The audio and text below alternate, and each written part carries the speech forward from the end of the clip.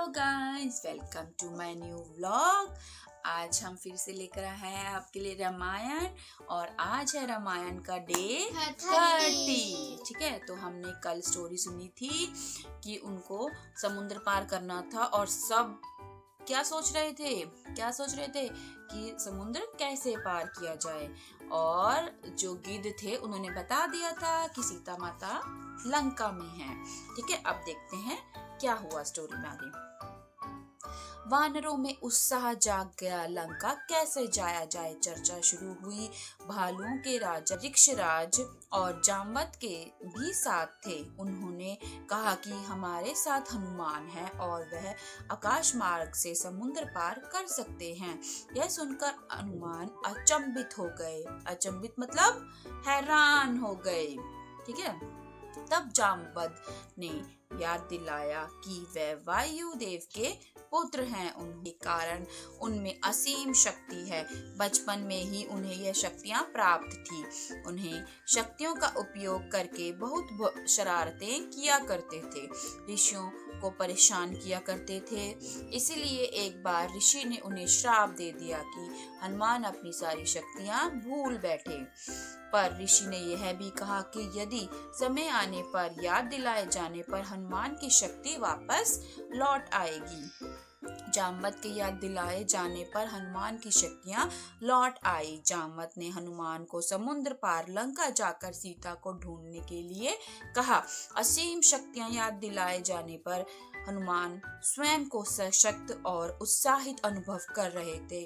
उन्होंने श्री राम को याद किया और उनका आकार बढ़ने लगा। वे पास की पहाड़ी पर चढ़ गए और गहरी सांस ली, घुटने झुकाए और एक हुंकार के साथ आसमान में अपने हाथ आगे बढ़ाए उड़ चले। थोड़ी दूर जाने के बाद समुद्र में एक मैनाक पर्वत मिला। उस पर्वत में एक चेहरा था। उसने हनुमान से कहा कि मेरा नाम मैनाक है। बहुत पहले आपके पिता ने मेरी सहायता की थी। मैं आपकी सहायता करना चाहता हूँ। अभी आपको कई चुनौतियों का सामना करना है।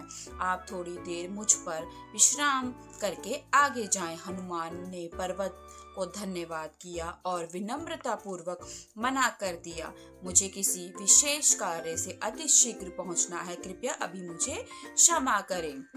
मैनाक पर्वत ने सर झुकाकर हनुमान को मार्ग दे दिया।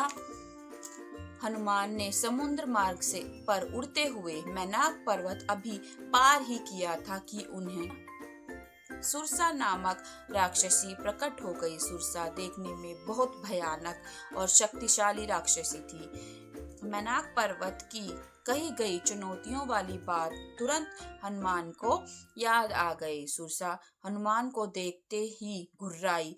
सुरसा ने कहा कि वह उन्हें खाना चाहती है। सुरसा ने अपनी बड़ा सा मुंह खोला। हनुमान ने भी अपना रूप बढ़ाया प्रारंभ कर दिया। सुरसा ने अपना मुंह को बढ़ाया और जब सुरसा ने मुंह बहुत बड़ा हो गया तब हनुमान ने उन्हें मच्छर के आकार में उनके मुंह में जाकर बाहर निकल आए। लंका की अपनी यात्रा उन्होंने रोकी नहीं। मैनाक पर्वत के पश्चात सुरसा भी उन्हें नहीं रोक पाई। हनुमान को रोकना असंभव लगता था। वे अपने लक्ष्य की ओर आगे बढ़ गए। तो देखा आपने, हनुमान जी को अपनी शक्तियां याद आ गई और वो लंका जाने के लिए समुद्र पार कर रहे थे। उन्हें समुद्र पार करते हुए कठिनाइयां आई।